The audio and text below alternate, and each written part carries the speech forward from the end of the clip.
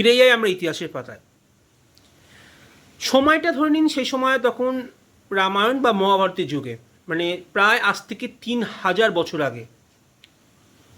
বর্তমান এখন যে কলকাতার জিওগ্রাফিক্যাল বা ভৌগোলিক অবস্থান, আমরা যদি সেই সময় ফিরে যাই, দেখব এক প্রাচীন রাজনৈতিক ভৌগোলিক কাঠামো উল্লেখ পাওয়া যাচ্ছে। 3টে রাজ্য পাওয়া যাচ্ছে, অঙ্গ, বঙ্গ এবং কলিঙ্গ। অঙ্গ মানে যেটা বর্তমানে ঝাড়খণ্ড, তার বিস্তীর্ণ অঞ্চল।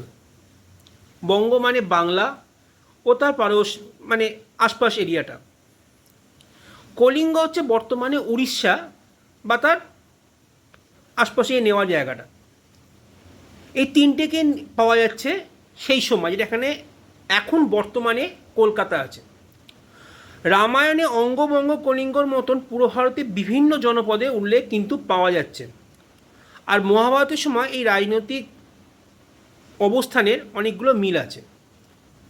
মহাভারতের সময় দেখা যাচ্ছে যে অঙ্গরাজ কর্ণ, যাকে আমরা দানবীর কর্ণ বলে জানি, তিনি কৌরবদের পক্ষে যখন যুদ্ধ করছিলেন, অংশগ্রহণ করেছিলেন, পূর্ব ভারতের বিভিন্ন অংশের সাথে তিনি অঙ্গ এবং কলিঙ্গর অনেকটা পার্ট কৌরবদের হয়ে তিনি দখল করেন। অন্যদিকে এটা দেখা যাচ্ছে যে বঙ্গের রাজারাও, মানে সেই সময় যারা বঙ্গের রাজা ছিল, মহাভারতের বিভিন্ন সমুদ্রসেনা বা চন্দ্রসেনা, তারা কৌরবদের সঙ্গে মানে কৌরবদের হয়ে যুদ্ধ করে পাণ্ডবদের এগেনস্টে। মানে ভীম এবং তার পুত্র ঘটোৎকচের বিরুদ্ধে তাদেরকে ভীষণভাবে যুদ্ধ করতে দেখা যায়। রামায়ণের যদি রেফারেন্স টানি, তাহলে মহারাজ দশরথ আন্ডারে এই 3টের তখন রাজত্ব ছিল। আবার মহাভারতে আসি, অর্জুন যখন তীর্থভ্রমণে যায়, তখন তিনি পূর্ব ভারত এবং বঙ্গে আসেন। অনেক জায়গায় এই উল্লেখ পাওয়া যায়। অর্থাৎ রামায়ণে মহাভারতের মতন মহাকাব্য এবং বিভিন্ন জায়গাতে আমরা যদি দেখি, বঙ্গের কিন্তু উল্লেখ আছে। দেখুন, এগুলো হলো এপিক্যাল প্রুফ।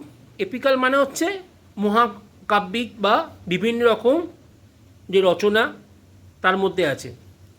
এখনও থেকে যায় আরও কিছু প্রশ্ন, আরও কিছু প্রুফ নিশ্চয়ই জানাবো, সবকটা জানাবো।